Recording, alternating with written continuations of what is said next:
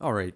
So, assuming this is live, let's go ahead and get started. So, basically, what we're presented with right now is a short stream. It's a completely nerdy one, but I do have a block of maybe 80 minutes of free time to actually do some live content. And so, we're going to just try to get the feet wet in respect to this whole notion of live streaming again. And so, let's go ahead and see if this is working, of course. Now, is it working?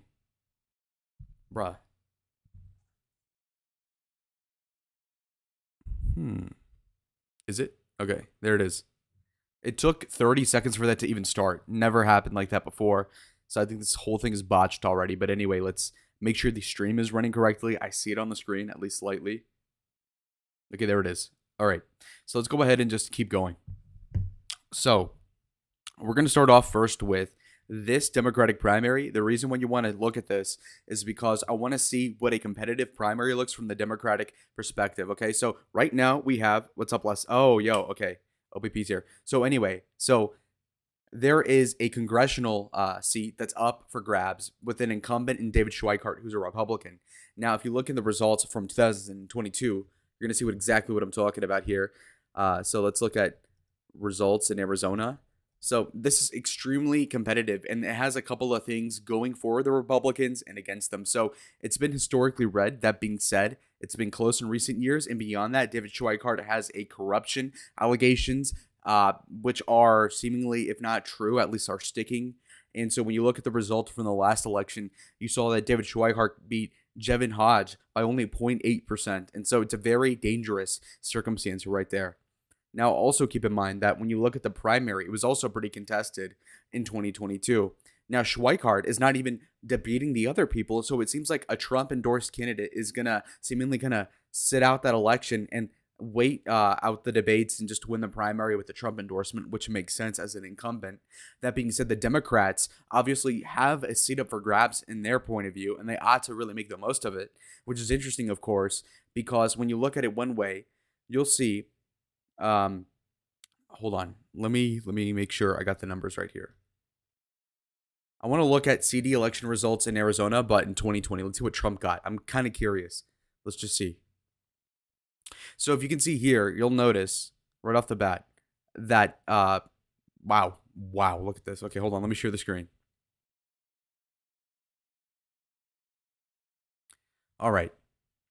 So, post-election analysis from 2020, the Republican candidate at the presidential level got 48.4 and basically got outran by Biden. So that's interesting. Interesting.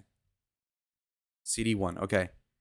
So as long as I'm not tripping here, it seems like it's a really close race either way. Now, this is a different district because there was redistricting that kind of changed everything, but it kind of shows what's going on here. But anyway, so it's a close one. So let's see what's going on here right now.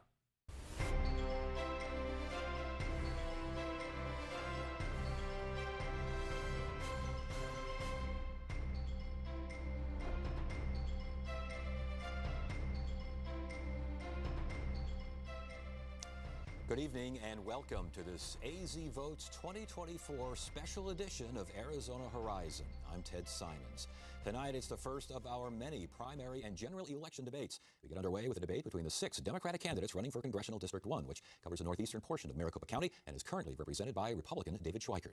Candidates in tonight's debate will be given 90 seconds to reply to questions, and a 45-second rebuttal will be We can offered. skip over the formalities, okay, please? Let's get into the introduction. Former city councilman, cast journalist. Okay, I got overzealous. Second rebuttal will be offered. All right, come on. Closing statements will be made in alphabetical order. Let's introduce the candidates, again, in alphabetical order. Andre Tierney worked in the Clinton White House as an entrepreneur, a former Arizona Assistant Attorney General, and a Navy veteran. Marlene Galan Woods, a former Arizona broadcast journalist. Dr. Andrew Horn, an orthodontist and small business owner. Kurt Cromer, the Chief Executive Officer for the American Red Cross in the Arizona-New Mexico region and a former city councilman. Connor O'Callahan, an immigrant from Ireland who works for a global financial services firm.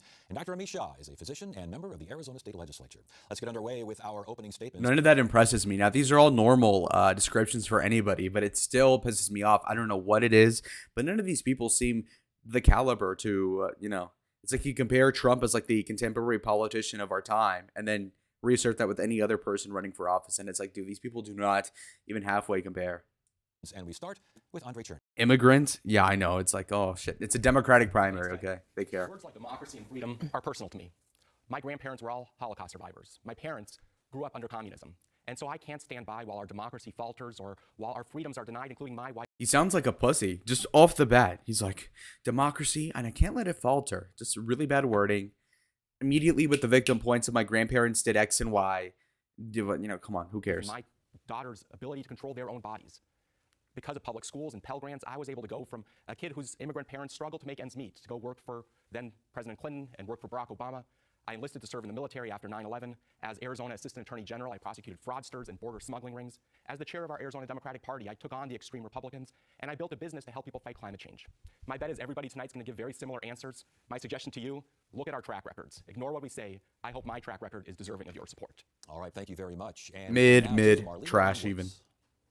Hello, my name is Marlene Galan Woods. I am a first-generation Cuban American. My parents came to this country in the 60s fleeing communism.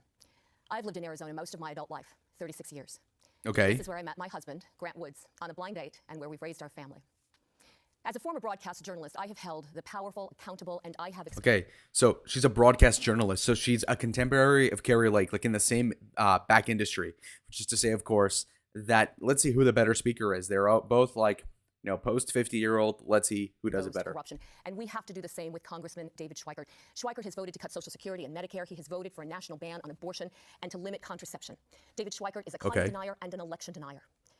I'm running for Congress because after years of chaos and Wait, hold on. Why are her hands so small? She's got like a T-Rex thing going on, and oftentimes you wouldn't point that out with a girl, but it's like so clear here. we need to send a truthful, fearless leader to Congress. What the fuck is this outfit, by the way? It looks like a napkin. Here's who supports me. Attorney General Chris Mays, former Governor Janet Napolitano. And now I ask you for your support and your vote. Thank you. Thank you Her eyebrows are off level, by the way. very much. And now we turn to Dr. Andrew Horn. Ted, thank you for having me today. We've never Teeth. You see this guy? All you think is teeth. He looks like a beaver. My name is Andrew Horn, and I am not Thank you. You were introduced by name. Hi, I'm Lalo. Douche. related to Tom Horn. That's an important part. And the question is why The shoulder pads are an 80s look. That's am I not running good. for United States Congress? Daddy, there's a shooter here. I was at work Hey, yo, what? What? What? important part. And the question is why am I running for United States Congress? Daddy, there's a shooter here.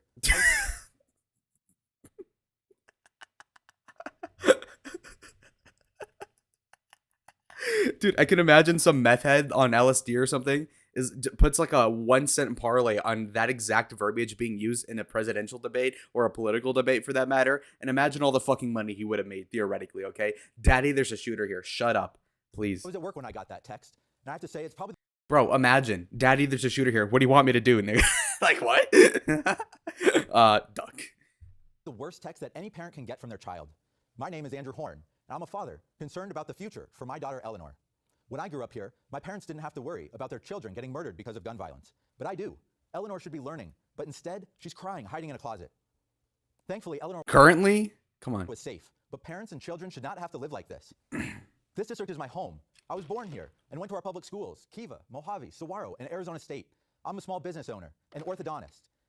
And my core issues are public education, gun violence, and women's rights. No. No, he almost had a Rick Perry moment. If you guys remember, again, nerd, by the way. This is the nerd of the nerd, okay? This is like straight up, you're in the library. I'm in the closet of the library, okay? We are in the trenches here looking at a niche Democratic primary for a congressional district most of y'all don't live in. I don't either. That being said, of course, we do have this conundrum where, for instance, you have this guy, Rick Perry, in 2012, okay? He's like, what are 3 departments that you would seek to abolish as president? And he's like, Chamber of Commerce, Secretary of Education. What's the third one? Chamber of Commerce. It's like, whoa, bro. You just shit the bed. All right, sir, thank you very much. And next we turn to Kurt Cromer. Hi, everybody. This is Creep. Hi, everybody. This guy looks like if Adam Levine ate the corpse of Ted Bundy and they fused and aged and they became a 68-year-old man, okay? What a creeper. the most consequential election that this country has ever faced. It is about our democracy. Our democracy is in grave peril. Kurt Cromer. It is about Yikes. reproductive rights. It is about the ability for everybody to see and realize the American dream. But fundamentally, this election is about our values. David Schweikert and his ilk want you to believe that America is in decline, that is in despair. It literally that it is. pessimistic, that it is angry, that it is filled with fear. It literally I believe is. the opposite. I am How? running for Congress because I believe It's like saying David Schweikart is saying that I look like a creep and I'm losing my hair, and then meanwhile, like his fucking locks are just falling off. And come on, man, just the horrible. best days of America are forward. I've spent my life as a public servant, and that is who we need to send to Congress. Thank you. Thank you very much. And time now for Connor O'Callahan's opening statement. Thank you, Ted. My name is Connor O'Callahan, and I'm running for Congress in Arizona's 1st Congressional District, the very same district where I grew up. I moved to what is now CD1 when I was 4 years old, and this district and the public schools that I attended from K through 12 allowed me every opportunity for success in life. I was born in Ireland, and my wife Tina was born in Iran. When she was just 2 years old, she had to flee with her family during that country's revolution. Needless to say, democracy is not something that we take for granted in the O'Callahan household. Growing up here, women had the right to have an abortion, we had an assault weapons ban, and fighting climate change was cool. I'm sure you all remember reduce, reuse, recycle. But Oh my God. Ah. Reduce, reuse, recycle, by the way. Come on. Horrible, horrible. And even beyond this. Oh, I remember back in the day, it was so trad. It was so trad. We had a ban on assault weapons. It's like, no, dude. And again, trad as in liberal. Like, things were so liberal back in the 90s. He's got the entire thing flipped. What an idiot. Are the very reason why we've gone backwards, not forwards in this district. By keeping him in office, we risk going even further backwards. I ask you to please join me, vote Connor O'Callahan on July 30th, and let's get David Schweikart out in November. Thank you. All right, thank you, candidates. Let's get this debate started, and we'll start, Mr. Cherney, with you. And a very simple question. Dr. Shah, we forgot about you. I'm so sorry. Yikes, dude, you're fired. You're fired. You're fired. You suck ass. My name is Dr. Misha. I'm an emergency physician. Dr. Mish, no. I've been practicing in the ER for about 20 years, saving lives. I currently work in the heart of our district in CD1 at the Mayo Clinic. I am also a 3-term member of the Arizona House of Representatives. He needs water. I've won 3 elections in a row, 3 straight. My big issues 3 in a row, 3 straight. Okay, douche. that I focused on over the last 5 years in office: healthcare, education, democracy, and we'll hopefully talk about those as this debate goes on. I am the only Democrat on the stage and in this race who has held elected office in the state of Arizona. I'm the only Democrat who's knocked on 18,500 doors to meet the people, be with them, listen to them, and then translate those concerns into actual legislation. I've passed more. His eyes look dead, by the way, and you can even tell where his pupils are. Now, that's probably not his fault. I mean, that's just the way he was born, but it's not good. Bills into law than any Democrat in over a decade in the state. That's why I have more endorsements, 22 local Democrats. His face looks like it was shaped with a butter knife. Like, what, you know what I mean? Like this chin, the nose being crooked. It's all fucked up. Here in this state have endorsed our campaign, and I've won awards for my dozens for Dalasto Vivek Ramaswamy Dalasto. the quality of service, including Women's Health Champion, Legislator of the Year for protecting women's reproductive rights. Thank you. All right, candidate. Now, let's get to the debate. The Dr. Shah, Alibaba let's of Vivek. Vivek. Let's start JF says, what's up? Hello. with you and Shit. the single biggest issue. JF, if you didn't know what I was doing here, this is the most niche, okay? We're really hammering it, okay? I was going to watch this by myself, but I'm like, hey, I have an hour and a half to myself here, so might as well, before work, I might as well stream it to half a dozen people, see what happens. I've heard things been touched on here. The single biggest issue for Democratic voters and for all voters in Congressional District 1. So there are many issues that are on the minds of voters today. Limiting it down to one means that the others won't get enough time. Fuck you. I want to talk a little bit about Sacrilege. Oh, Yves, oh my God. Oh, if I talk about one issue, then the other ones might feel alone. Oh, if I hug my kid, then the other ones will feel shitty. Fuck you, dude. Who cares? And the reason why I want to talk about that is because I have spent a long time in the hospital setting, actually taking care of patients one-on-one. I have a master's. Why is this guy such a smug prick? Oh, I've actually taken care of patients one-on-one. Yeah, that's the assumption if you're a doctor, dude. In public health from UC Berkeley, where I've studied systems. I have also been in the legislature as the ranking Democrat on the House Health and Human Services Committee. What is going on in healthcare today is abominable. What we have is a system here. If you That's not a good word. Abominable. First of all, a lot of people don't know what that means, especially Democratic primary constituents, by the way. Second of all, when we go to abominable, is that really the strongest term? You can say horrible or shameful or something like that. You say abominable, like the snowman. Really? In the United States, where we pay more per capita than every other country on earth, meaning twice as much as the next most expensive country. We leave people out in the cold. And even if people have insurance, what we're seeing are people having hassles, especially when they're sick. Bureaucracy, facing these things. This isn't just an abstract Democrat saying there's bureaucracy as a problem. Okay, thank you. concept for me. This is something that's part of my daily life. Voters tell me this all the time. Voters tell me, look, healthcare impacts all of us. And this does include things like women's reproductive rights. This does include things like firearm-related violence, which, again, as a healthcare worker, we're able to address. Even other things such as climate change. So I want to start by saying that it is on the minds of the voters, and they certainly want to hear from me about it, and I've been talking about it the whole time. Mr. Cromer, the single biggest issue for That was so shit. this particular district. Well, I can say because I am the only candidate here that has knocked on 12,000 doors this election cycle. The other guy, the brown guy, said 18,000, buddy. No other candidate has knocked on that many doors, so I know what the people are worried about. The number one issue is around democracy. And I would tie in again the issues around values and integrity. And This guy physically is so off-putting to look at, more so than the and when I doctor. talk to the people Holy at the shit. door, they are very concerned about our democracy. He's on a list, but I mean, I'm not, obviously not, but I'm just saying, come on. He just looks like it, dude. They are also very concerned about how our country has devolved into this rancorous language and this idea that somehow dishonor is okay, that lying is okay, that this is normal. It's not. And the voters tell me this is not normal. This is a threat to our democracy. And so that, in CD1, that is the biggest issue. And they want a congressperson that will go there. JF says Pajeets are pretty horrible to look at. Okay, but this guy literally looks like he would kill you. Okay? This guy, this white guy or Jew, I don't know what he is, but this light skin right here is definitely more dysgenic than the Indian guy, I promise. Again, the Indian guy's not good looking, but this person is super disconcerting. Very, very, very bad, okay? He looks like Ted Bundy had he not gone to jail, actually. He's like Ted Bundy if he got away with it. He's like 70 years old. The nose is sus. Yeah, that.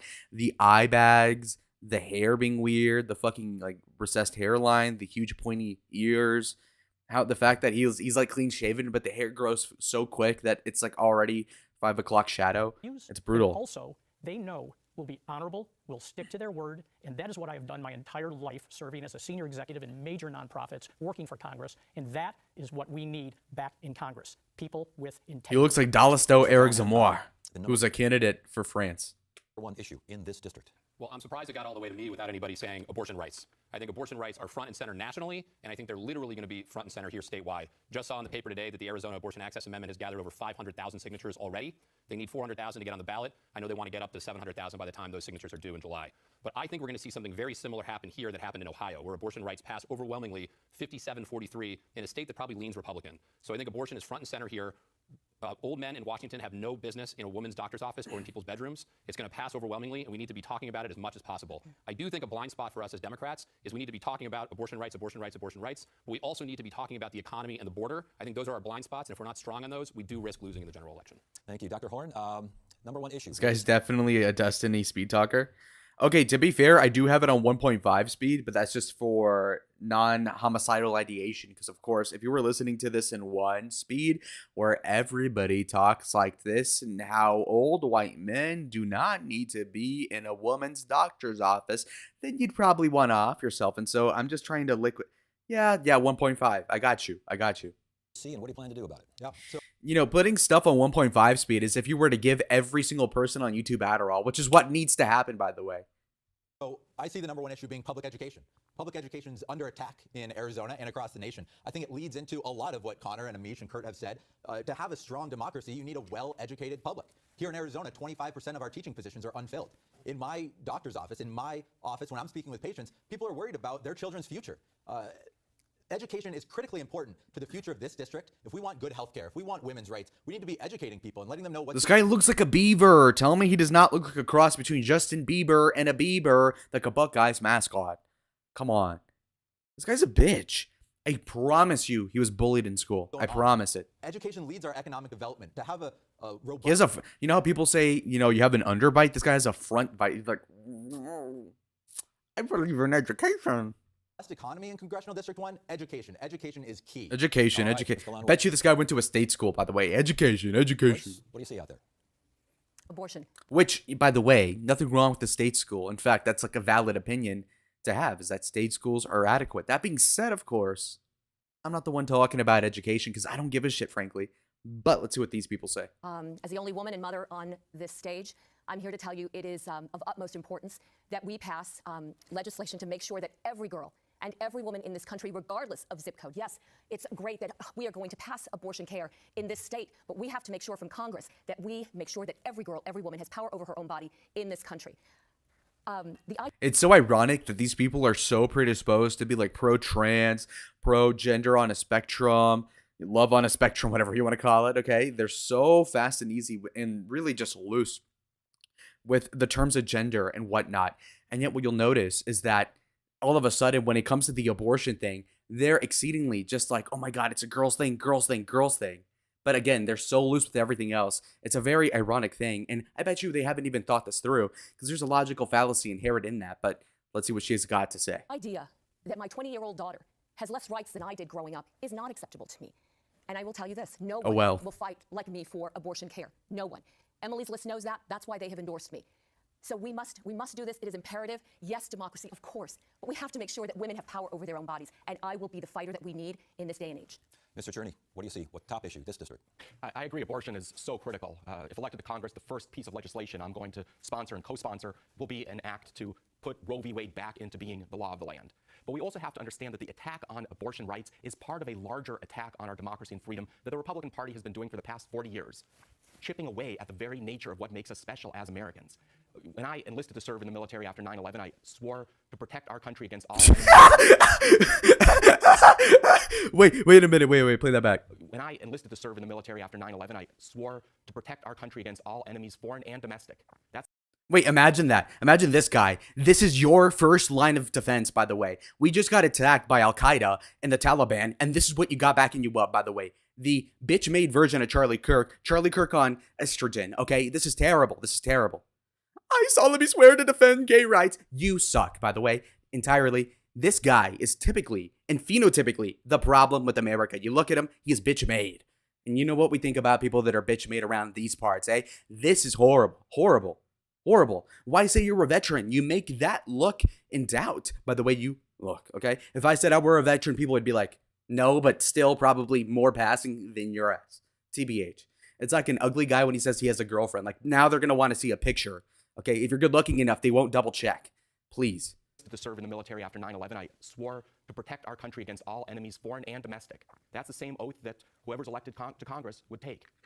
Those enemies right now of democracy are foreign, but they are also domestic. And we have to have a member of Congress who is actually going to be taking the real steps of translating ideas into action. When it comes to something like abortion rights, when the Hobbs decision overturning Roe v. Wade was handed down, and I was a business leader, I took action. I said that every one of our employees at my company would have access to reproductive rights no matter what state they lived in, even if we have to drive them or fly them to the state of their being able to... The alabaster white knight, he's over here talking about, I will pay for your flights, baby, to get abortion from another guy dicking you down. Oh, shit. Have those rights. That's the kind of action we need, and that's the kind of representative we need. The virgin Drake flies out a hoe to the Blade Pipe versus the Chad pays for a girl to take somebody else's nut and then have that aborted elsewhere. Wow, great guy. For rebuttal, Jesus. I'm going to take the lead here and go kind of individually. And Dr. Horn, I want to start with you because you talked about public education. Absolutely. You'll be going to Washington. That is your goal. That is your plan. Yes. Education is very much a local issue, very much a state issue. What can you do in Washington? What should you do in Washington regarding local public education? Absolutely. So that's a great question, one I get a lot. The federal government has a lot to do with our public education locally. Local control and how the money is spent, absolutely. But the federal government has a lot of control over our public education. That means top down. That's our K through 12. It's also our public institutions like Arizona State, University of Arizona, Northern Arizona University. Oh, now you spell out the 3 state colleges. Oh my God. Yes. Oh, I forgot. Holy yeah. Wow. University of Arizona. Oh. Dude. I mean, look at his fucking face. This is his IQ represented in an image, by the way. Okay. It's got to be under 90. This guy's a complete fucking idiot. He's fugazi. Ridiculous. I believe in education. I'll list off all these colleges everybody knows about. It's like saying, I think rap culture is important. Drake, Eminem, Lil Wayne. Oh, okay, yeah, thank you. I didn't know they existed. Thanks. Are all largely funded by the federal government. Over $1 billion comes in to Arizona from the federal government to support those institutions. All right, Mr. Cromer, regarding election integrity, regarding democracy in general, if you win this primary, you will be asking for the votes of everyone in this district, including Republicans, some of whom think that there is trouble, there are problems regarding the election. What do you say to them? I think you start with a simple premise. You start at the very beginning of something to say, where can we agree? I'm going to be a little silly here, but can we agree that 2 + 2 is 4? Yes, of course we can. Okay, let's move on from that. Can we agree this? Can we agree this? We can find areas... Condescending asshole moment, Kirk Cromer. Condescending douchebag. Can we agree 2 + 2 is 4? Says the guy that believes that his 18-year-old son having a gay gangbang is okay, but 2 + 2 is 4, Republicans, okay? We won the 2020 election. There's nothing to see here, guys, okay? Please do not recount the votes. No, fuck you. You suck. These Democrats are ass, man. If you're in a net neutral district, or even like in our case, in congressional district 1 in Arizona, where Schweikart has won multiple times, you lose to this guy, I will fucking go personally and blast you with a Nerf gun, okay? It's going to sting a little bit, okay? A Nerf gun nowadays, I don't know what that feels like. It's been about 10 years, but I pull up with the orange darts. It's over, dog. Come on, really? Really? Really? Oh my God, these people are such elitists. It's crazy. Agreement with folks that maybe don't agree with us on everything. Seems like an Anthony Weiner. In the space around Jeez. elections, though, facts are facts. 2 + 2 is 4. Is it? And I think Democrats sometimes, we're constantly trying to be the folks that are like, well, let's try to find this area of compromise. You cannot compromise with some people if they truly believe that the earth is flat. It is not. And I want to go to Congress to make sure that we fight for these things and that we argue for these This guy sounds like Jordan Peterson. Dr. Shaw, Ooh, the most recent like Ted Bundy knockoff. From Congress, the best access to health care. And what do you think about something like the single payer system, the Medicare, I should say, for I should call him Anthony Limp Weiner. How about that? all system? Is that something Flaccid that you Weiner. support? So healthcare, you touched on the issue, which is access. And this is one of the only industrialized countries in the world that does not give people universal access. Yes, I believe that we need to get to universal healthcare. There are many ways of getting there. Single payer is one way to get there. There are some advantages to it and some drawbacks. There are also multi-payer systems like in Germany that do cover everybody through a network of more nonprofits. These are all wonderful ways, but the biggest idea that we have to get across is cover everybody and make sure that when they are covered, their costs are low. And so these things are really important. The outcomes that we have also in this system are not as good as some of these other countries. So there's an argument for fiscal responsibility, for efficiency, and for access all together. Okay, let's move now to abortion because 3 of our candidates mentioned abortion. Mr. That Callahan, was we'll start with you. so discouraging. He Was sucks. the Supreme Court wrong Ugh, in sending I'm about this to debate vomit. and this decision to the states? And why was it wrong? Yes, plain and simply yes. I trust women. Women should be able to make their own decisions. The government Yay. has absolutely no. Dallas right to make Stovivec. See, I decisions said on that. people. Yeah, Effectively, I know. We have people trying to put their Judeo-Christian values on everybody in society, and that's just not right. This is the most highly personal decision. Wait. That's a big wait a minute. As we all know, the Uniparty, as in Democrats and Republicans, more or less for the past several decades, have been pro-Israel. Now, he's saying Judeo-Christian implicitly as a pejorative in this case, which is odd because it runs counter to the Whigs, basically the Whig heads in the party establishment. Whig heads as in like old people, yeah? And so when it becomes an issue like this, it's becoming more and more obvious that there's a disconnect here where Mr. O'Callaghan here is saying you're Judeo-Christian, which is kind of a stand-in for Zionist evangelical beliefs, are a problem. You can see how the religion and even Jewish stuff is really running contrast to the party line with the Democrats. Interesting. That a woman can make, and it should be made between her and her family, her spiritual advisors if she wants, and most importantly, with her doctor. David Schweikart is completely long and wrong on this issue. He has sponsored the Life at Conception Act several times as recently as 2021, which would be tantamount to a federal abortion ban and would have restricted access to IVF in much the same way the recent Alabama court decision did. David Schweikart and his MAGA extremist cronies will absolutely pass a federal abortion ban if they get the opportunity to do so. That's why we have to get him out of office, and that's why we have to flip the seat. Ms. Galan-Woods, again, the question is returning this decision to the states. Any state can make any decision it wants. Was the Supreme Court wrong? It's detrimental, absolutely wrong. Now we are leaving. Notice the Democrats have talked about democracy, abortion rights, and that's it. Nothing about the economy, really. Healthcare, but they're just promising shit they know they won't do, and that's it. That's it. They don't have anything to run on. That's a really bad look. That's really bad. It's like if you were to say, you have a hot, abusive boyfriend, but I won't beat you. But otherwise, he has me beat. He's more charismatic. He's better looking, more content. It's just not a good look, okay? These Democrats are not going to win at this point. What the Republicans need to do is cuck on abortion, cuck for optics. I will not ban abortion, okay? As a Republican candidate in 2024, I will not ban abortion. I will not even limit abortion at all. I do not want it on the ballot. Let's leave it to the states if I'm running for president. Cuck on abortion. That's the one issue they have you on the balls on. Then you need to switch the cultural values slowly over time so that the popular opinion changes, and then you can ban it without losing elections. Duh. Ban it, obviously, at the egregious cases first, and then you move on to, again, cases of inconvenience, stuff that is bullshit in my opinion. I think that 90-something% of abortions are immoral. There are some niche cases, of course, where the mother's life is in danger, which seems like white people shit, to be honest. Really, you're going to die if you don't kill the kid proactively and then suck it out for... I just doubt it. But, I'm open-minded because doctors, some of them are smarter than me. And so I got to let the experienced people have their say first. And then once I get in there, they all got to bow the line. Okay, look, listen, let's just keep going. This up to states, and luckily again here in Arizona we're going to have an abortion initiative that will protect the women in the state, but you can't say that about many of the red states in this country. Look, I grew up with Roe v. Wade as my protection. This never occurred to me. Look, I Oh, does she just have a brain fart? Mommy, come on. many of the red states in this country. Look, I grew up with Roe v. Wade as my protection. This never occurred to me. Old, by the way. If you grew up with Roe v. Wade, you're old, dude. Well, actually, not really, because that got banned, what, like 2 years ago? Okay, never mind. Never mind. Mohammed moment. Look, Look. I had a miscarriage between my 2 pregnancies. Never occurred to me during that time that I was not going to have health care. That's what we're talking about. Those are some of the pieces that we're talking about here. We have got to make sure that we go to Congress and we fight for all of the women in this country. Yeah. All of them. All of them. Mr. Attorney, again, regarding the Supreme Court decision, some would say that if the states and those residents want abortion rights in a certain way, shape, or form, they get them. Was the Supreme Court wrong in allowing that? Lester says, Lalo, you got to hear this. Comma. Since the new president of Mexico just got elected, my grandfather hates this new person so much that he's going to vote for Trump again, even though he stopped liking him. Interesting. After J6, this is some crazy work. Wow. Yeah, the new president of Mexico is a girl named Claudia Steinbaum. I don't even think she's like Latina. Crazy. Crazy work. Crazy work. How could it get worse? How could it get worse? AMLO sucked, by the way. And he was popular because he appealed to the brokies, okay?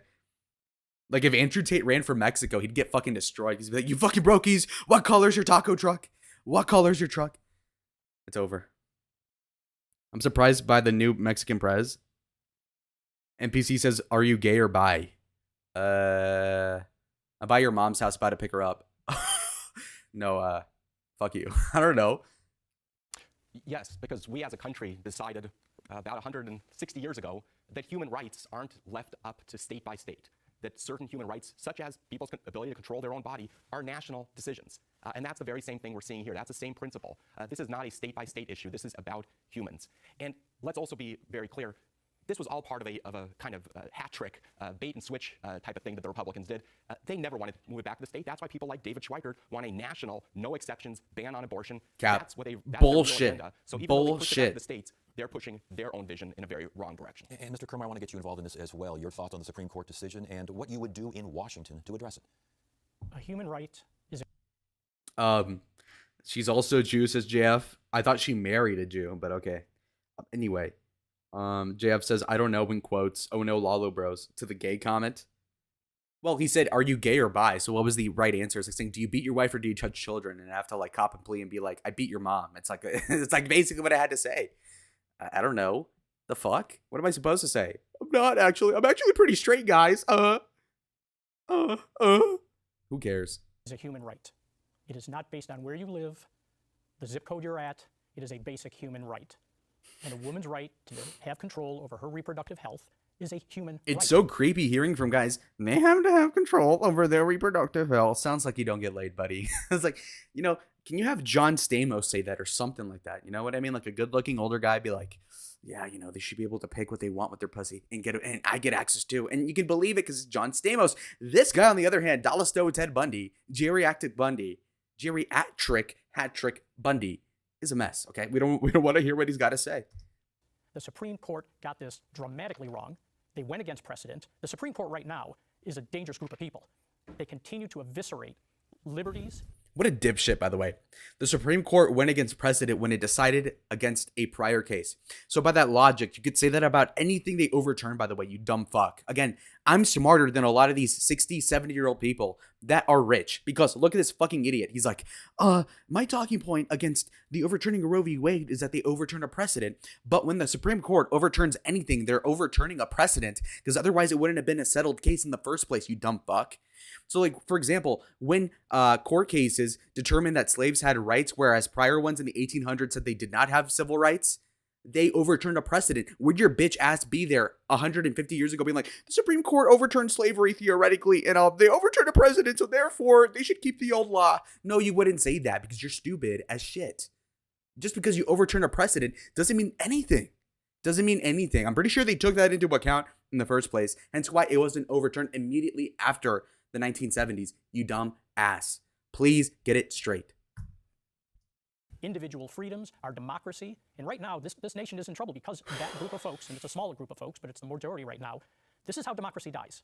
This is how democracy dies. Dr. Horn, we haven't had a chance to hear from you regarding just the simple basic premise of what. Okay, so I just owned his ass. See, if I were on these debates, I wish I would I mean, again, metaphorically, I would go in there and eviscerate their lives, yeah? Politically, they'd be done. It'd be over. And then I'd be in there, I'd replace the brown guy because we need to have the quota the same. And then I go against Beaver Teeth, and he's like, my daughter said, Daddy, there's a shooter in school. And I'd be like, dude, boo-hoo. Okay, come on. What school was this, by the way? Was there a school shooting event? I didn't see one in Arizona. People brought guns to campus like 3 times in high school. I remember that. One time in kindergarten even. But did anybody die? Under my watch? I don't think so. But anyway. If Andrew Tate moved here, waited 14 years to run, I think, unfortunately, they would not even let him win. They would kill him before he even got the Republican nomination. Imagine. Andrew Tate. Biden, what color is your dementia pills? What color is your Adderall? But okay. Lalo, do you think minors should be allowed to stream with adults? I guess theoretically, yeah, but it's probably a bad idea.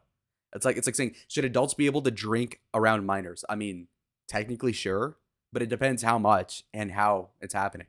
Like, for instance, if you're going to stream yourself playing a card game for no money with your minor sibling, that's not a big deal. Or let's say I'm streaming playing Minecraft with my 16-year-old sister. That should be fine. Honestly, I don't care. Now, if it's something else like a GTA roleplay, that's really bad, obviously. So it just depends on the circumstance.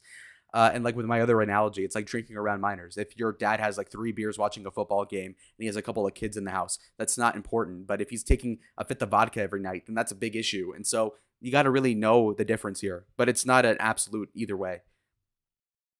NPC Detected says, that was a huge L. They listen a lot better than what? In reference to what? Machiavel says, law when Dred Scott got overturned. That's what I was thinking about. Brown v. Board of Education, stuff like this. Or the 3/5 compromise. Anyway, On Point Politics with Lester Teller says Lalo needs to run for Congress. He'd be the new menace for the Democrats. Yeah. Smart take, Lalo thinks. Yeah, okay. It's a pretty niche circumstance. What the Supreme Court did, and was it right or was it wrong? It was absolutely wrong. That was one of the biggest decisions that got me into this race. Like I said, public education, gun safety, and women's rights. I have a 10-year-old daughter, and she has fewer rights than her mother or her grandmother had. And like everyone on the stage, I think, agrees that it was wrong. It needs to change. We need to get it back. Our Arizona abortion access bill that will be on the ballot and will pass is a great wording. It has... He kind of looks like if a teddy bear... Or no, wait, hold on. This guy looks like if a bear cub, died in an accident and got reincarnated as a bitch. He got reincarnated as a beta. Wrong language for women, and it was absolutely wrong for the Supreme Court to do so. He looks like a bear. Thank you. Yes, the Supreme Court was wrong in what it did. I believe that healthcare is a right.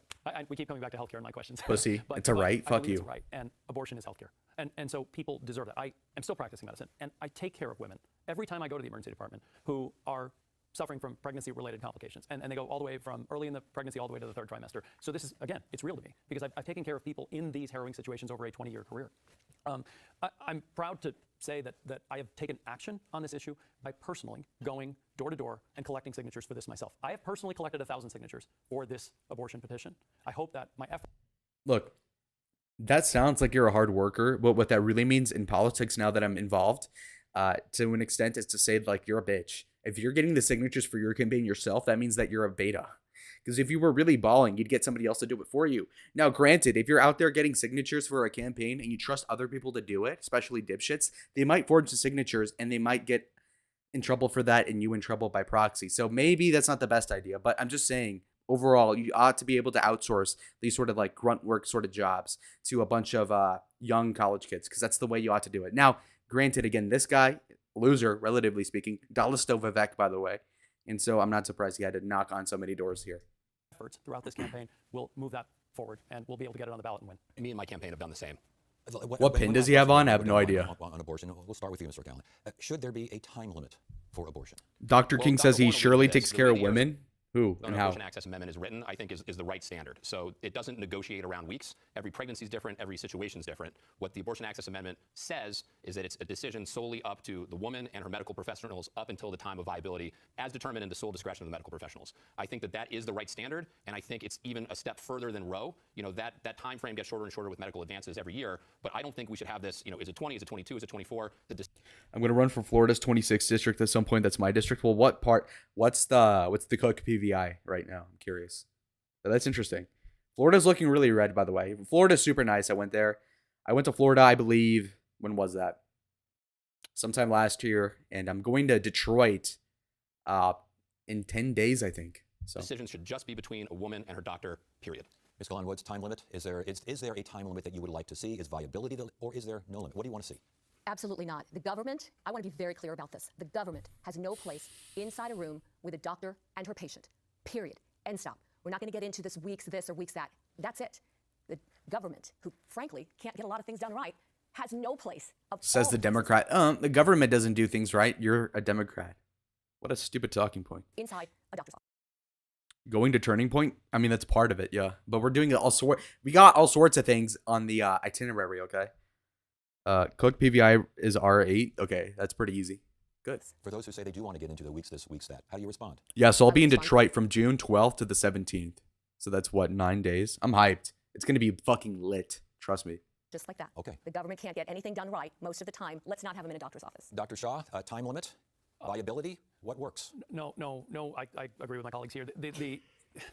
You cannot, as I've learned for the last 5 years in the Arizona House of Representatives, there are some things that should not be legislated because medical science is complicated. Detroit, yikes, no, trust, okay? It's going to be lit. Trust me, we have plans, okay? Trust me, try not to get killed.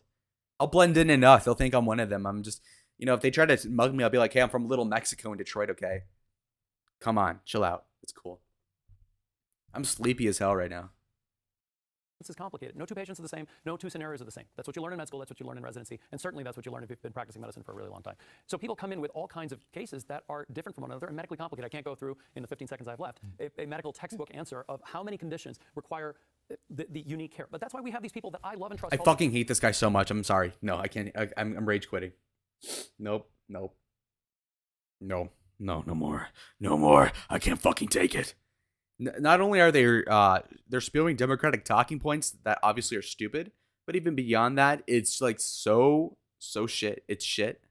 They're bad at debating. Okay. Let me see what I can do. Okay, because I feel bad because I still have half an hour to make commentary. I still have half an hour of free time here before I have to work and shit. So let me see what I can do for you guys real quick. We do have a comment from new iPhone 15, by the way. Let's go. Okay, so Lester says, my election model has Trump winning 347 to 191 electoral votes. He's up 1.9% in RCP. Based on trend swings, Biden's approval, third-party voters, the polling error will be worse than in 2020. He probably wins it by 6.9 according to your model. I disagree with that. I think he'll probably win it by like 2. But no. I see what, like, on paper why that would be the case, that he'd win by 7, but that's not how it works. I think. Machiavel says downtown is perfectly fine. It's the outside neighborhoods that are sketchy. Well, that's interesting that you say that. Maybe because it's gentrified now. Yeah, maybe. On Point Politics says, to my election model, 75 million votes to 65 million votes. Interesting. Okay, so winning it by 10 million, the popular vote that is nuts. Is nuts. Now I did see in the playlist where there was these claim in particular that I've been I did see, along with this debate for the Democratic primary, that for the same district there was a Republican one. Now Schweihart, the incumbent, isn't there, but I kind of want to see what they say. Actually, oh my god, I'm misclicking everything. No, it's over. I'm emasculated. Sheesh. Sorry. Okay.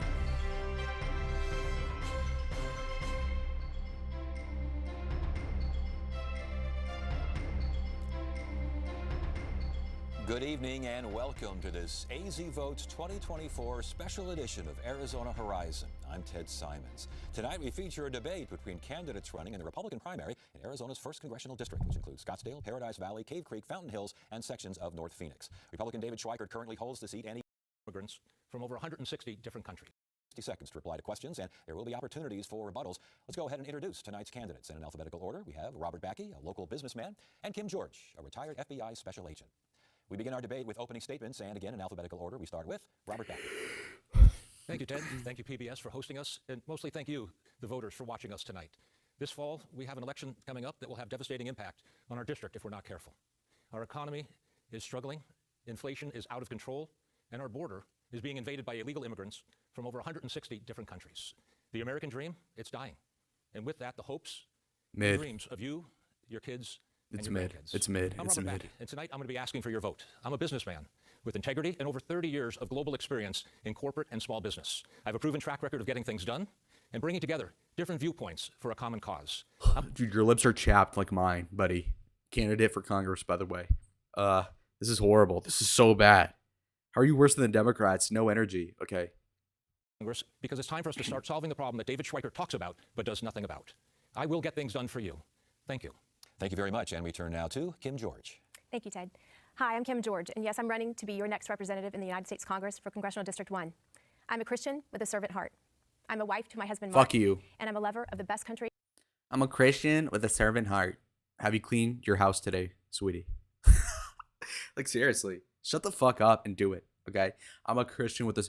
Who? No, shut up. It's annoying. It's off-putting. Stop being tacky about it. All these politicians are so plastic. You know what? Honestly, these people suck. I'm going to let her finish this, but we're going to move on to some Bill Clinton keynote. In the world, the United States of America. I've got 23 years in federal government, retired law enforcement. I've worked investigations to include criminal matters, money laundering, crimes against children, and investigation of corrupt public officials. I also have experience in counterintelligence matters to include counterproliferation, where foreign adversaries steal our technology and our sensitive data and reverse engineer it and use it against our country and our businesses. I've got the experience for the here and the now, the experience in national security, the experience that we need to tackle the issues that we have right now. I thank you for this time, and I look forward to getting to know you and earning your vote. All right, thank you very much. Robert, we'll start. First question. Physiognomy check. This guy's defeated, bro. This guy's wife does not alleviate his stress, I tell you what. No, I'm just being a douche, but like that was fucking terrible. Horrifying even. What am I supposed to do with that? I can't commentate on that shit. Let's look up Bill Clinton 1992 primary best debate moments. I need a key bump worth of Bill Clinton, okay? Bill Clinton, one of the best politicians. Okay? Amazing guy. He's so fucking good. Political. He's a Democrat. Who cares, dog? I'm just saying objectively, I respect it. I respect the grift. But let's see. Bill Clinton at least had Riz. That's what I'm talking about. Also, all these Democrats like, oh, Trump had a sex scandal with a porn star. Have we talked about Bill Clinton? Folks, really? Trump is more than innocent. Trump, he's a felon president. Yes, so what? So fucking what? Who cares? I don't fucking care. Also, by the way, George Bush was president, won the popular vote in 2004. He got a DUI like 50 years ago. That would have been a felony in today's standards. So what? Oh, he's a felon president. Guys, George Bush is a felon. He got a DUI. I don't care. I really don't care. I don't care. Kill me. I don't care. Trump never even met that woman since John Douglas. No, I think he did probably have sex with her, but I honestly don't even care either.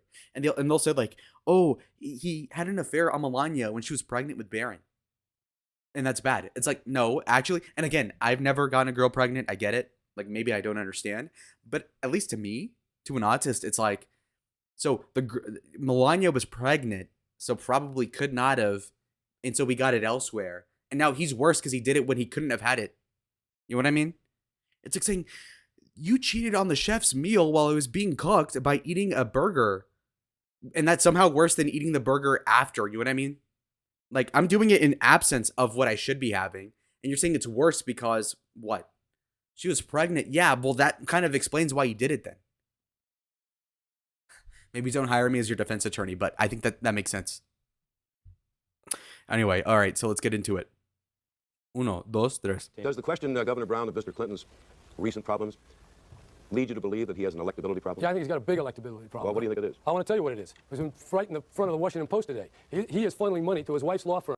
Biden got that Mohammed arrest for the kids. I don't really think he's a pedophile. It literally is like that. It's like the Dollar Stowe, Grandpa Stowe version of the Tom Brady thing where he kisses his children on the mouth. Like, is it certainly something I wouldn't do? Yeah, but is Tom Brady by any means a pedo? Obviously not. So I don't think Joe is a chomo. I just think he's weird, which is different. I'll let that slide, honestly. I don't think he's look, again, I'm not an expert on the subject of that, paraphilia or whatever. But as far as I know, if you're married to a 70-year-old woman, odds are you're not into children. And odds are if you're 30 with other 30-year-old women, I doubt you're interested in little kids. Now, you might say sniffing them is weird, but he's also just overall demented. So, For state also, he never had a gaffe that I know, like in his 60s, 20 years ago, where he was sniffing children. That only happened in his 70s and 80s. Which is to say, of course, that maybe he's just kind of like, it's like... honestly, the cope is to say that Joe Biden is such a cokehead that he just sniffs the head of children because they're short enough to where he can go like this. Maybe he'll get a key bump off of the lice of the head of a child. But daughter's diary is real, says John Douglas. It depends. So he took a shower with his kid, let's say when she was like 5 or something. You could argue whether or not that is you could argue it. I wouldn't do it. But is he a pedophile? That's a big accusation. I'm not willing to go there. But he's certainly weird. And, he's still a shitty dad. Obviously, his son came out to be a drug addict, adulterer, a deadbeat father. So, again, no shit. But insofar as, touching children, no proof. Business. That's number one. Number two, his wife's law firm is representing clients before the state of Arkansas agencies, his appointees. And one of the key is the poultry industry, which his wife's law firm represents. And to read the local Chicago Tribune, there's 270 miles of Arkansas rivers that are This guy looks like Better Call Saul's dad.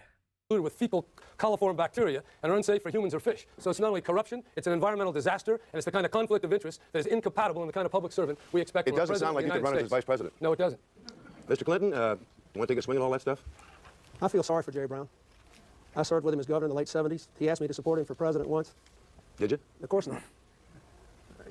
Owned. He reinvents himself every year or two. In 1990, he was pleading with the courts in California not to impose any limits on contributions. His law firm took $178,000 of taxpayers' money to beat a contribution limit initiative in 1990. Oh, shit! King Clinton. I don't think you can take much of what he says seriously. Now, let me tell you this. Got his ass. Gaslighting. You can't trust him. You can't trust the victim. Do not trust him. Gaslight, manipulate. Yeah. They lied about something. So when they lie about me, it's a lie. Let me interject something. I mean, this guy just accused you of having somebody funnel legal fees to your wife and the poultry and whatever all that. Well, his wife's law firm. It's in the Washington Post this morning. Is it true or isn't it true, Governor Clinton? Wait a second. You're always trying to attack. Brown? You never answer the question. Mr. Brown, let him answer. Let me tell you something, Jerry. Brown is felting himself. He's like, dude, he is reaching. I don't care what you say about me. I knew when Pat Caddell told me what you were going to say, that you were going to reinvent yourself and you were going to be somebody else's mouthpiece, you would say anything. But you ought to be ashamed of yourself for jumping on my wife. You're not worth being on the same platform. I'll tell you as my something, wife. Mr. Clinton. Now, Don't try to escape it. Ralph Nader called me this afternoon. He read me the article from the Washington Post. Does that make it I was true? shocked by it. I was shocked by it because I don't think someone in government should be funneling money to his wife's law firm. Ah, he touches his ass. I will feel you, bitch. Suffer. Let's go. Poking your finger at him. Well, he poked it backwards. It's your turn, Jerry comes here with his family wealth and his $1,500 suit and makes a lying accusation about my wife. It's in the Washington Post. That doesn't make it true. Are you saying they lied? I'm saying that I never funnel any money to my wife's law firm. Never. Well, they got $115,000 in bond business in the state of Arkansas, and you told just the other day that when people lose their jobs, you know who. He's exasperated talking, by the way. You did this. It's like a 6-year-old with the barrage of, okay, but you told mom this, and then when you turned the remote, you actually threw it away, and you are felted. They are. You certainly knew people in your own administration. Gentlemen, this nation's trying to elect a president. That's right.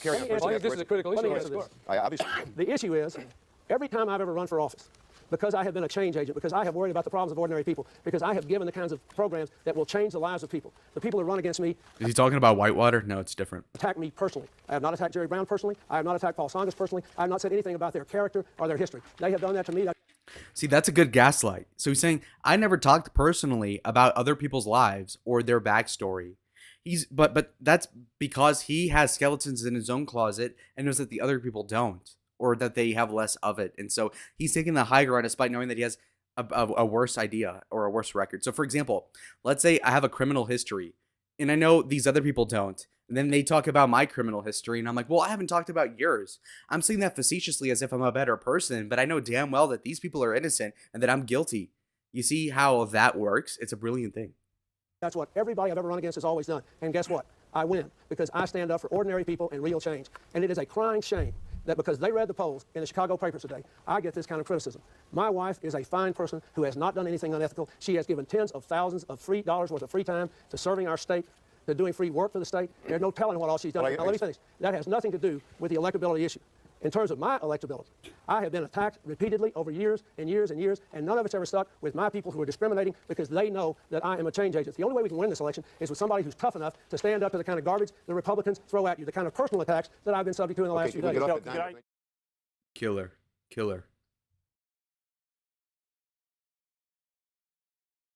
They hate to see you winning, Bill. They hate to see you winning. That was amazing. That was amazing. Good shit. I love it. Now, let me see. Ross Perot battles Al Gore. No. Presidential debates. Why the little things matter. Okay, let's see this one. Can we get straight into the moments of the debates, please? Jesus. Making me wait for the content here. Getting all sorts of interviews and shit. Fuck you. Get out of here.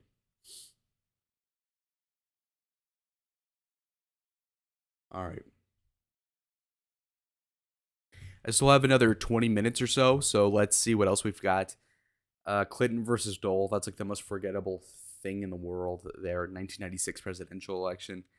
Let's look at some more debate moments. Now, the Democratic primaries were numerous in 1992. And so there's hours of content there, but I don't know where to start from. And that's like the niche of the niche of the niche, to be honest. Also, I'd be kind of curious in looking into some Nick Rekieta content, because that thing is super interesting when we're talking about a guy who basically threw it away for something I want, which is to be a lawyer and then also on the internet at the same time. That'd be really cool to me. And so for him to have thrown it all away, it's like, what the fuck, man? It's terrifying. Now, the Clinton-Bush debate, George Bush was never a good debater to begin with. At least that's my inference. Now, the content about this is also deriving towards the Trump-Clinton debate in 2016. I would think that it's a little different, the dynamic there. Now, let's keep going. What's odd for me is that YouTube on Chrome on my laptop is way slower than it is on my iPhone. It doesn't make sense.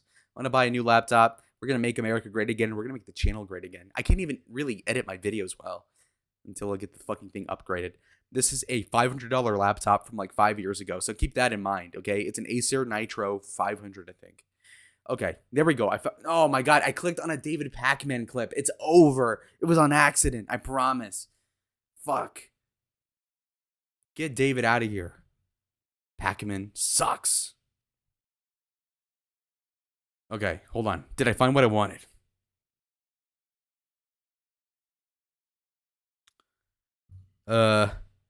Okay.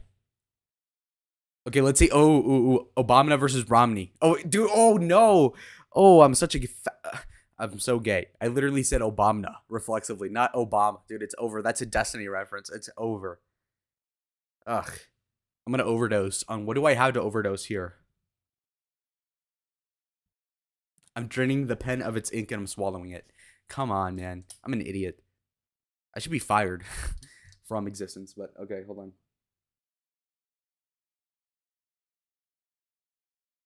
Let's go. Oh, I muted it. Fuck. What I want to ask you, we're talking about financial problems in this country. Where are you going to get the money? Well, let's come back and talk about the military, but all the way through. First of all, I'm going. He talks fast. Yo, put it on 1.25.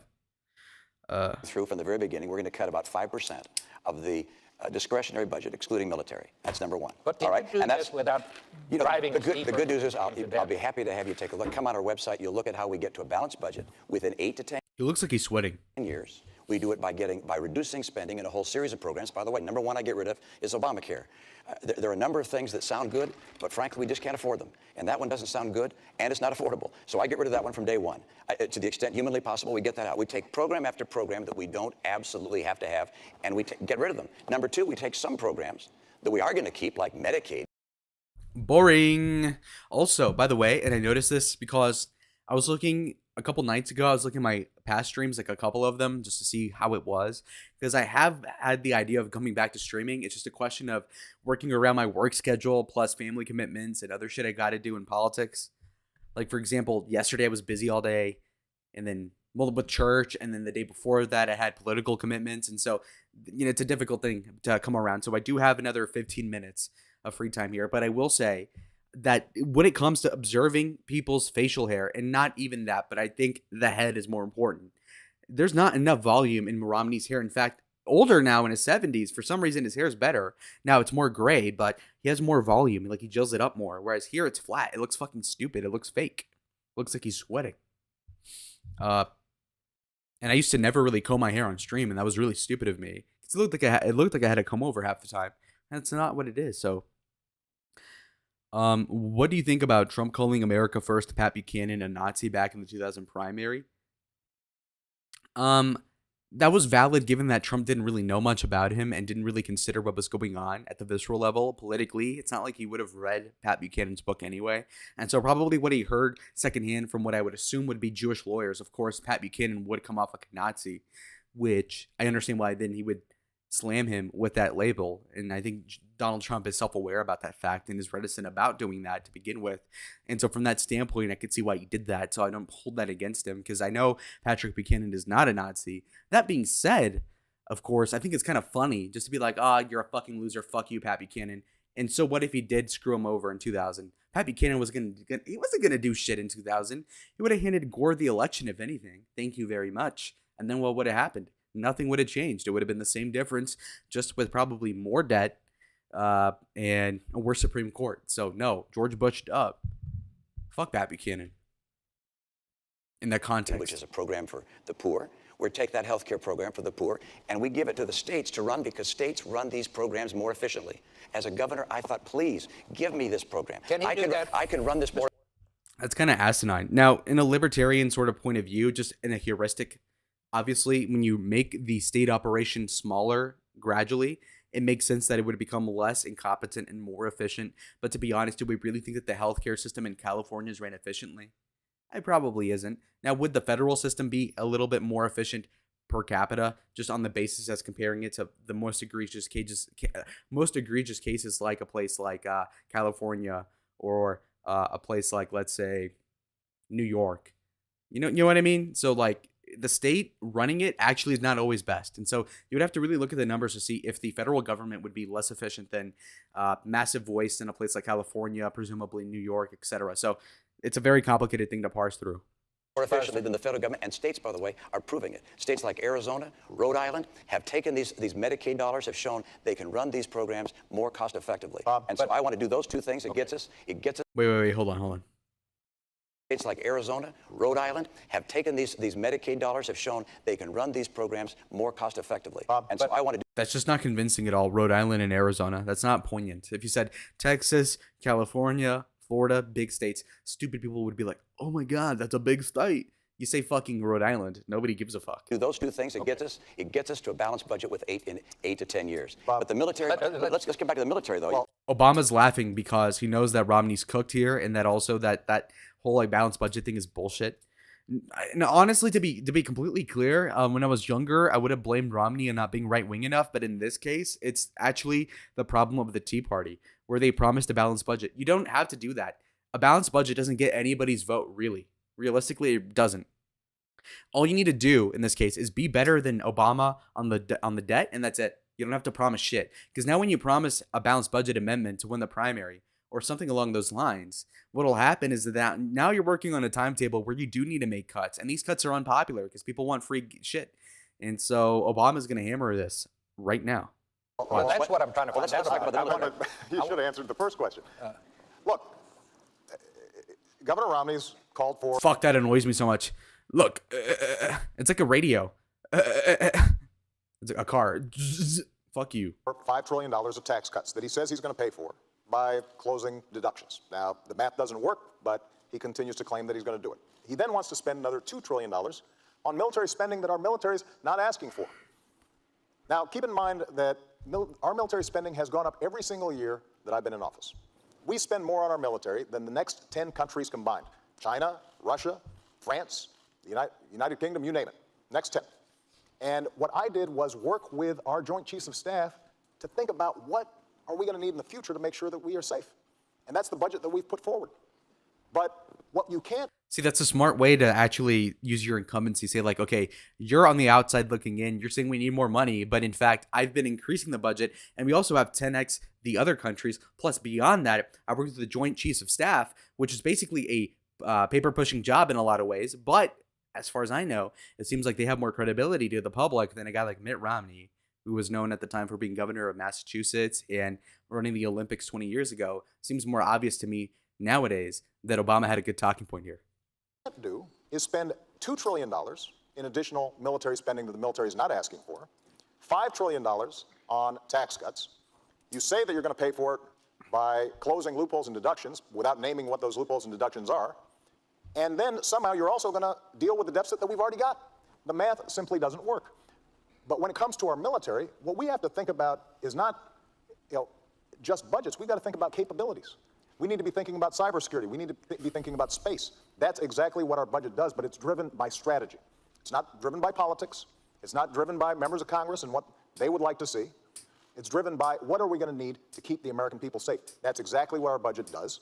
And it also then allows us to reduce our deficit, which is a significant national security concern, because we've got to make sure that our economy is strong at home so that we can project military power overseas. Bob, I'm pleased that I balanced budgets. I was in the world of business for 25 years. If you didn't balance your budget, you went out of business. I went to the Olympics. It was out of balance, and we got it on balance and made a success there. I had the chance to be governor of state. 4 years in a row, Democrats and Republicans came together to balance the budget. We cut taxes 19 times, balanced our budget. The president hasn't balanced the budget yet. I expect to have the opportunity to do so myself. All right. I'm going to be able to balance the budget. Let's talk. John Douglas says Obama talks and never says anything. I see what you're saying, but in that circumstance, it actually makes sense what he said. About military spending, and that's this. About 30 seconds. Our Navy is older, our Navy is smaller now than any time since 1917. The Navy said they needed 313 ships to carry out their mission. We're now down to 285. We're headed down to the low 200s if we go through with sequestration. That's unacceptable to me. I want to make sure that we have the ships that are required by our Navy. Our Air Force is older and smaller than any time since it was founded in 1947. We've changed for the first time since FDR. Since FDR, we've always had the strategy of saying we can fight in 2 conflicts at once. Now we're changing to 1 conflict. Look, this, in my view, is the highest responsibility of the President of the United States, which is to maintain the safety of the American people. And I will not cut our military budget by $1 trillion, which is the combination of the budget cuts that the President has, as well as the sequestration cuts. That, in my view, is making our future less certain and less secure. Bob, I just need to comment on this. Okay, that's bullshit because, again, zooming past 10 years, the sequestration was imposed by the Republicans because there was a deadlock congressionally as well with the executive, where basically the Republicans wanted to make cuts that obviously Obama didn't want to go through. And so the Republicans obliged him, saying like, okay, well, fuck you. If you're going to veto whatever, then we're going to just make these automatic cuts. But then Romney's blaming it on Obama, facetiously knowing that Obama isn't for cutting these programs. First of all, the sequester is not something that I proposed. It's something that Congress has proposed. Exactly. It was a Republican Congress. So, yeah, Romney was lying. It will not happen. The budget that we're talking about is not reducing our military spending. It's maintaining it. But exactly. I think Governor Romney maybe hasn't spent enough time looking at how our military works. You mentioned... Oh, shit. So, again, incumbency advantage.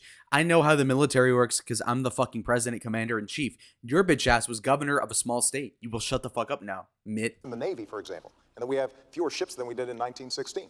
Well, Governor, we also have fewer horses and bayonets because the nature of our military has changed. We have these things called aircraft carriers where planes land on them. We have these ships that go underwater, nuclear submarines. And so the question is not a game of battleship where we're counting ships. It's what are our capabilities? And so when I sit down with the Secretary of the Navy and the Joint Chiefs of Staff, we determine how are we going to be best able to meet all of our defense needs in a way that also keeps faith with our troops, that also makes sure that our veterans have the kind of support that they need when they come home, And that is not reflected in the kind of budget that you're putting forward because it just doesn't work. All right. And Obama's killing him. Holy shit. I haven't seen this in years. This is a damn, son. Body odor because Romney is cooked. He is dead, bro. He's fucking smelling it up. Obama cooked his ass. we It's visited over. the website quite a bit, and it still doesn't work. Sheesh. Obama dub. Obama won. That was great. That was fucking lit. That was so good. Okay, now let's see Romney nowadays. What does he say now? As you've no doubt heard, there's much debate about politicians in Washington. Is sexuality of this woman lesbian? Question mark. Anyway, let's see. With Senator Mitt Romney and his wife Ann. President Biden phoned last week on the eve of his diplomatic mission to Israel. The Republican. That's why they call him Mitt. Why? Look, I can say he looks like he's made out of leather, but he is like 75. So I mean, he's a good-looking guy for his age. Had just I'll give returned him from that. his own visit. It was heartbreaking, particularly to meet with the families of the hostages. Their lives are entirely different. One of the people said, "You don't understand. We live in a different world than you do." At age 76, Mitt Romney says he still cares deeply about what is happening around the world. And here at home, It annoys me. Now, again, I don't know if this is gay, but a lot of older men, they'll have like whiskers coming out of their eyebrows because for whatever reason, when their eyebrows become white, it like grows more than it did in the past. But I think it's up to them to kind of trim it down. It just looks stupid. he worries deeply about the future of his party. You were once the party's nominee, and now you're a pariah in the Republican Party. Yeah, that's saying it in a gentle way. Yeah, I mean, yeah, no question. I don't really have a home in my party. I come from a tradition of, Ronald Reagan and George Herbert Walker Bush and George W. Bush and John McCain. Those are the people that have shaped our party. Anti-Putin, anti-Russia, anti-authoritarians, anti-Kim Jong-un. Character counts. The character of our leaders makes a difference, and it shapes the character of our country. That's the party I've come from, and I don't recognize that in the great majority of our party today, and that for me is very troubling. This is Romney's. So that's really stupid of him because again, that shows that number one, half the people you listed in the priors of the party are losers, and beyond this, of course, you have to consider the fact that the guy is playing into the frame of yesteryear, and that's probably why he did lose to Obama because he was not flexible when he needed to be. Mitt's dad was a terrible governor. I vaguely remember. I think he was governor of Michigan like 60 years ago. First interview since announcing he would not seek re-election. I think it's time for guys like me to get out of the way and have people in the next generation step forward because they're going to be shaping the world they're going to be living in. Without having to worry about how voters will see him, he's now concerned about how history views his legacy. That's why he participated in a new biography by Romney Reckoning. I read his last book actually from like 10 years ago about the 2012 election. It was pretty good actually. Kay Coppins, published by Scribner, part of CBS parent company Paramount Global. And what did you say when your What do we think of his wife? I'm giving over my private diary to a journalist? I didn't know. Assuming she's also 75, this is not bad at all for that age. I might have said, that's not a good idea. Oops. Hey, you maybe want to look through it before and take out a few things. Now that I've read the book, it's like, oh, did I really say that about this person? Oh, my goodness. The book is revealing, with unvarnished opinions and stories of what happens behind closed doors in the famously clubby United States Senate. Privately, what do you hear from fellow Republicans in the Senate? I don't think I've heard a single member of my caucus, the Republicans in the Senate, say, Donald Trump is great. Aren't we lucky to have him as our leader? Donald Trump represents a failure of character, which is changing, I think, in many respects, the psyche of our nation and the heart of our nation. And that's something which takes a long time, if ever, to repair. Okay, but this is straight up player hating. Let's see somebody get further than Trump in politics and then also shit on him, okay? Seriously, this guy's a fucking loser. He ran for president, what, 2 or 3 times? In a way, he almost was like a spy behind enemy lines. Romney gave Coppins, a staff writer for The Atlantic, hundreds of text messages and emails. The two met close to 50 times, often late at night. Imagine meeting up late at night with this fucking loser. When Romney would tell all. I think there was something therapeutic. Imagine meeting up late at night. I would rather be meeting up late at night with my fucking right hand, okay? This is pathetic. Jesus. For him and this being guy. able to sit down and review his entire career, his life. This was not an authorized biography in the sense that he had any editorial control over the final product. So there were some meetings that felt like therapy sessions. There were some meetings that felt almost confessional in nature. You were quoted in the book as saying, a very large portion of my party really doesn't believe in the Constitution. How did you come to that damning conclusion? when former President Trump said we should set aside the I would choose a bear over that rider. Constitution and reappoint him as president, why, you had Republicans cheer that. It's like, wait a second. This is the leader of our party saying we should put aside the Constitution. How can you believe you're following the Constitution if that's the case? Romney, who barely escaped the mob on January 6, 2021, was at the Capitol that day, despite the concerns of his wife, Anne. I do get death threats. And her feeling was I would not be safe and I shouldn't go. And I said, well, this is a constitutional moment. This is a time when I have to be there. Do we weigh our own political fortunes more heavily than we weigh the strength of our republic, the strength of our democracy, and the cause of freedom? A year earlier, Romney had been the lone Republican senator to vote to impeach then-President Trump for pressuring Ukraine's president to find damaging information on This is just all boring, like political fucking rival Joe Biden. nagging. Mr. Romney. Mr. Romney, guilty. It's a stance that would have been familiar to his father, George Romney, one-time governor of Michigan. In 1964, when Republicans nominated far-right Senator Barry Goldwater for president, extremism in the defense of liberty is no vice. George Romney took a stand against his own party. The strongest personality on earth cannot deal with the problems of this nation except upon the basis of correct principles. The fuck does that even mean? From your dad. They're both sanctimonious D-bags. Fuck you both, losers. Imagine both running for president and losing multiple times between the two. Horrible. Horrible. You suck. Willard Romney, I think Richard Nixon is your daddy. Ronald Reagan is your daddy. Mitt Romney, Donald John Trump is your daddy. John McCain, low-key, is your daddy as of 2008. It's tough. My dad is my life hero. As a Republican governor, he refused to endorse the nominee of his party, Barry Goldwater, for president because he thought he was weak on civil rights and extremism. So that's the person who I try and model myself after, and I'm not quite there. His influence. Your dad lost. Not quite your dad. Your dad lost. Every part of our life, and we just still adore him, miss him. Capitol Police were killing women. The Ashley Babbitt thing was unfortunate, but like, what else did you want him to do? Because had she gotten through, then like a lot of people would have gone through. And if he didn't kill those people stampeding the barricade, then the other guys probably would have. So if he killed Ashley Babbitt, then that would have stopped it there. Whereas had he let Ashley Babbitt through, then, you know, potentially hundreds of people would have gone through and then gotten hosed down by the security. So actually killing her was probably, in a utilitarian sense, the most logical thing to do at the time. So, but maybe, I don't know. Maybe I don't know that well, but so his dad was a terrible governor. Best line ever. Goldwater was awesome. That was a great line. Barry Goldwater would have been great. I would have to look into it because he was like an extremist libertarian. And I think that's a little gay, but better than the alternative. Yes, certainly. Now LBJ was a disaster. Yeah, he's like the best worst president because on one hand he was extremely effective and productive, but also fucking terrible. So it's like Jameis Winston, where it's like I'm throwing a ton of touchdowns, but then a shit ton of interceptions. Family remains at the center of the Romneys' life. They have 25 grandchildren and 2 great-grandchildren. The senator says his wife is his closest advisor, and as we discovered in his private horrible office, thing, by the way. she's always close at hand. Normally, there's a life-size cardboard cutout of Anne that stands right there, and they have taken it away because they're afraid you'd see it. There it is. See this? And so they gave me this, and we had a good laugh about it. But then I said, don't throw it away. I want to keep it. So now I have it in my closet. So sometimes when you're just sitting here working away, do you just kind of leave the door open? Well, the door is always open, and that happens to be the men's room right next to it. So I can assure you that from time to time, I am going to go by that, all right?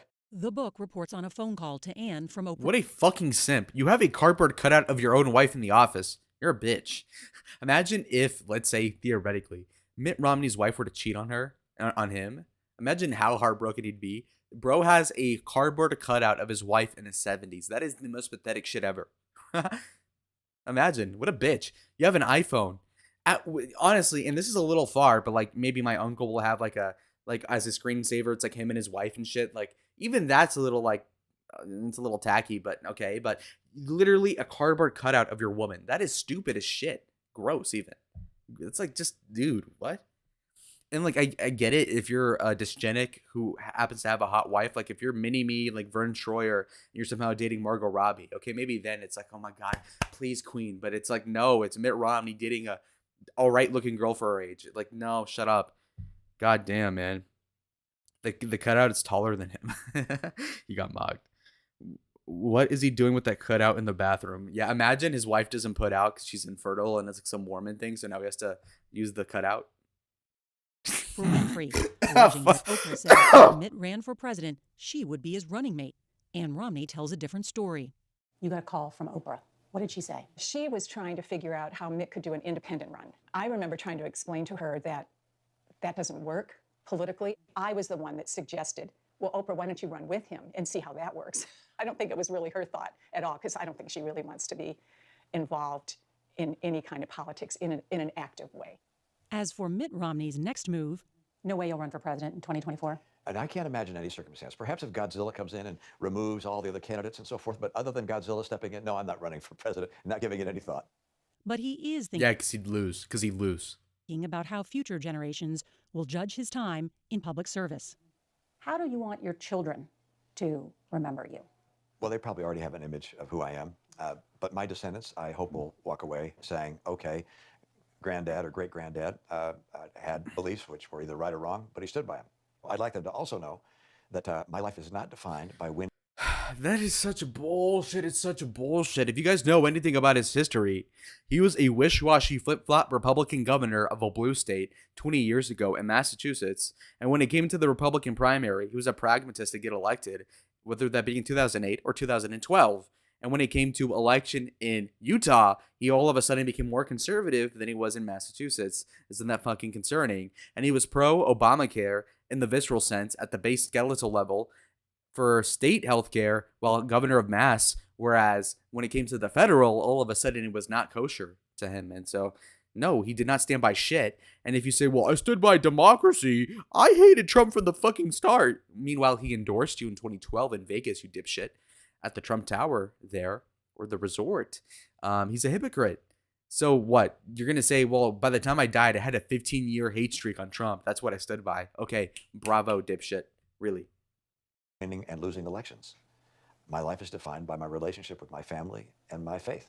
That's what I live for. Those other things are part of the life experience, but that's the defining measure of my life. Well said. All right.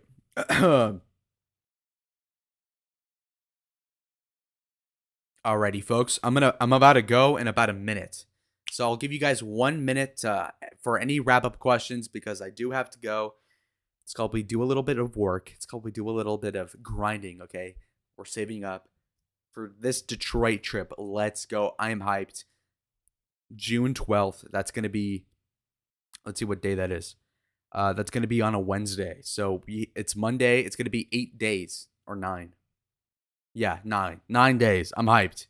So like I said, 1 minute before we wrap it up completely. As I said before, this is a completely niche stream. I'm talking about just the nerdiest of the nerds here. Short morning debate primary analysis stream. That's what I'm here for. Anyway, I really do appreciate you guys watching this because I was going to do this on my own out of due diligence because oftentimes I go and I interact with people running for Congress, for county supervisor or whatever bullshit, a sheriff even. And so I need to know how these people are politically before I meet them so I have a better chance at small talk because I'm autistic. So I need to know like, oh, you're running against so-and-so. Oh, you're running for constable in, Pima County. Oh, okay. Machiavel says, you're going to go to Ford Field. That's where the Detroit Lions play, right? Maybe, I guess. I want to go to Coney Island. I want to go to the Murder Mac. Not really. Detroit was so cool 15 years ago. Have fun. Yeah, well, I went to Detroit as a toddler because my dad worked for Ford like 20 years ago. So, I mean, I want to go back to my birth home, so to speak, which is in Saginaw. Is it? Or no. It's in Cairo, Michigan. Very small, white town. So anyway, so are you gay? Why are you gay? Says JF. Why are you gay in Uganda? Why are you gay? Why do you take up us? Yeah, I know. Yeah, so I'm really hyped for that. It's 9 days away, so I'm not going to be doing pre-recorded videos for when I'm out, but maybe I'll do IRL content if I can bring enough shit. This iPhone 15 is going to work a lot better than the XR, to be honest, because the XR, this phone that I had from 6 years ago, this one, is fucking garbage. It's fucking garbage. It is a real piece of shit, to be honest. It's such a piece of shit. It's so bad. But yeah, so we do have that upgraded now to a 15. And so I have a lot more money than I had in the last trip. So we're going to, also I'm 21 now finally. So that's all great. And so we're going to really blow this shit up. So yeah, June 12th to the 17th, I'm going to be busy. Probably a couple days before though, I'm going to make some pre-recorded content because I want to make it as recent as possible. So when it does go up, it doesn't sound outdated because a lot of it will be over contemporary politics. As you all know, that's like the focus of the channel. And it will be going forward until the election's over at least, because that's where the views are. And so again, I want to grow the YouTube channel in tandem with trying to get into law school, in tandem with making it in local politics at the college level. And then, you know, I'm working like 4 different angles at the same time. But I mean, there's a lot of complicated circumstances going on. But I'll give you guys 10 seconds to write something else because I really do need to go. I really do need to go. 1, 2, 3. Also, I want to stream more, but I'm also confined by time scheduling. It's a very awkward thing, you know. I have work, Bible study. I want to water my plants. I got to fucking... It's a lot of shit that you don't account for. But anyway, last message I'll read is, Machiavel, have fun on your trip. He says, thank you. Also, very last message, JF says, thought you were born in Mexico. That would be Willard Romney. No, I was born in Saginaw, Michigan, which is like, this is the mitten of Michigan. I was born like here, like an hour or 2 from Detroit. So back to my stomping grounds. I can't fucking wait, dude. I'm so hyped. I'll see y'all on the next one. Adios.